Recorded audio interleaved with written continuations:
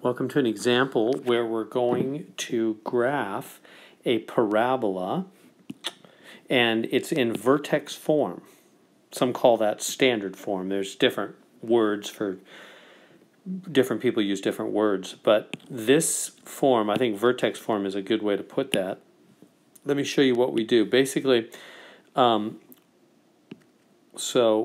when graphing a parabola,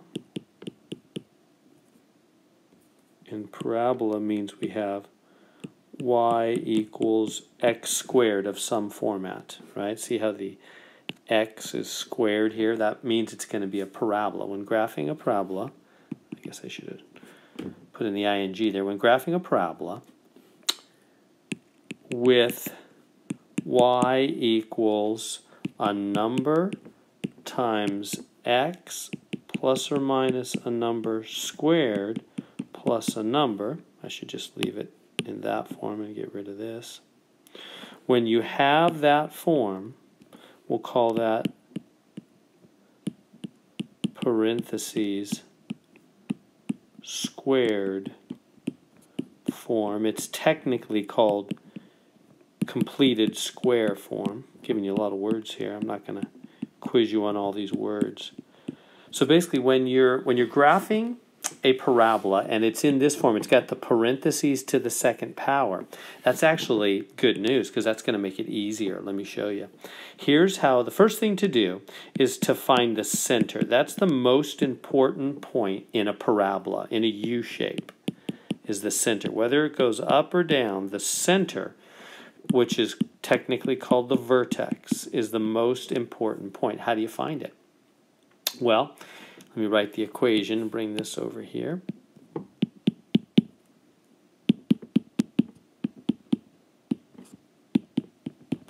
It is simply, it's very easy. It's the opposite of the number next to x, and it's the same as the number out there. So the vertex, the center of the parabola, will be opposite of -4, which would be +4, and the same as +4, which coincidentally is another +4. So it's opposite, same. Opposite of the number in the parenthesis next to x. That's our x value of our vertex. And the same, exactly the same, as the number off to the right, added or subtracted off to the right. So 4, 4, so let's find that point. 4, 4, right there. This is our vertex. This is our vertex, the center. Well, that wasn't very smart. Of our parabola. Let me write. I want to write it up here because I happen to know it goes downward, which I'll show you in just a second. So, okay. So that is our vertex, 4, 4. Now, from there, and let's put that up here, 4, 4. And this one, now, does this one go up or down? Well, let's figure that out now. How do we know whether a parabola, U shape, opens up or down? Well, it's all about, let me rewrite it right here.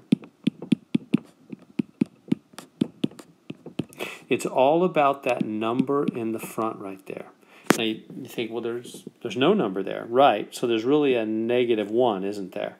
It's the same thing. In other words, multiplying by 1 doesn't change anything, and there was already a negative there. I hope you understand why we do that in math. Like if I write the number 2 or 7 or whatever, that's not any different than 1 times 2 or 1 times 7. Right? What is 1 times 2? It's just 2. What is 1 times 7? It's just 7.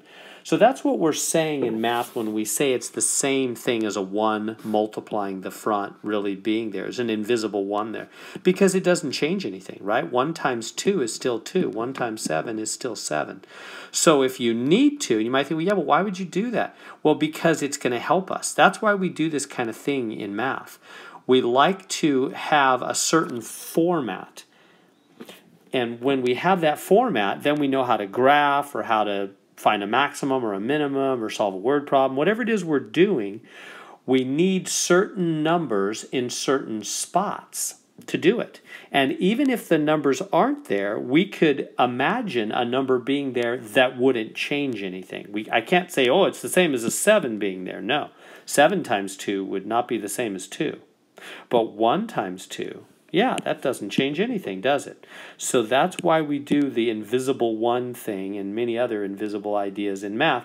We're trying to make something look different without being different. I call it plastic surgery. We're removing the wrinkles, giving it a new look. Whoops, sorry about that.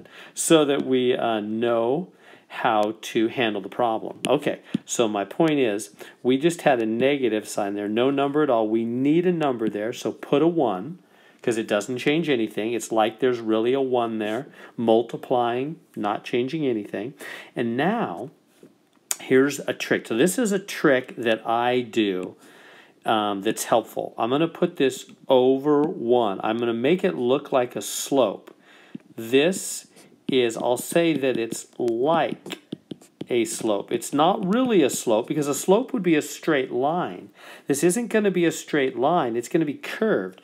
But this will be the first step. So if you just take whatever number is already in front of the parentheses, and if there's no number, it's a 1, and since we had a negative sign, so -1, and then put it over 1, that'll tell you, like a slope, how to get the first step of your graph in your parabola. What do I mean? Remember, this is rise over run. It's like a slope for the first step. So from the vertex, if I go down 1, why am I going down 1? Rise -1.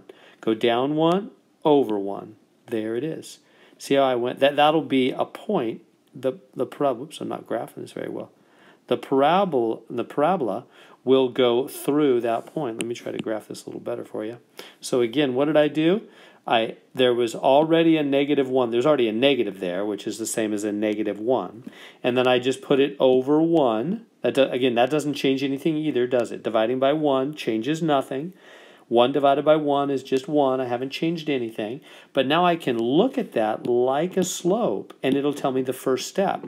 Go down 1, rise -1, and go over 1, run 1. There it is. There's the first step of my parabola, like that.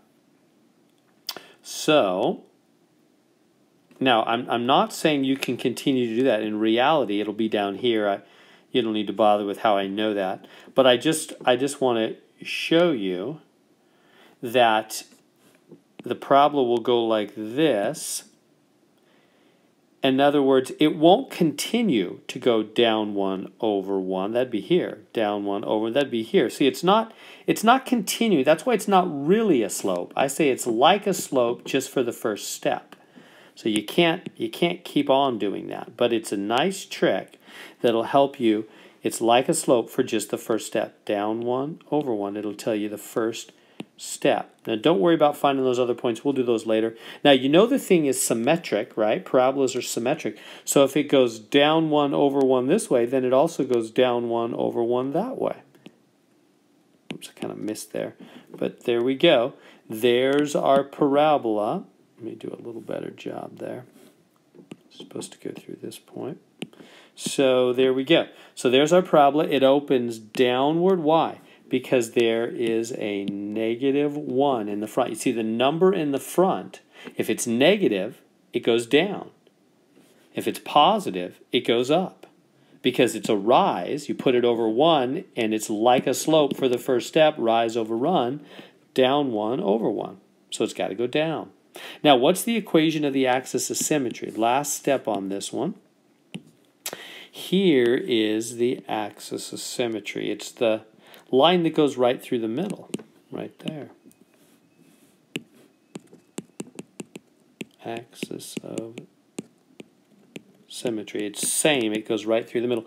What is that? Well, this is the x-axis. It's hitting the x-axis at 4. So it's just x equals 4, right through the x-axis at 4. So, there we go.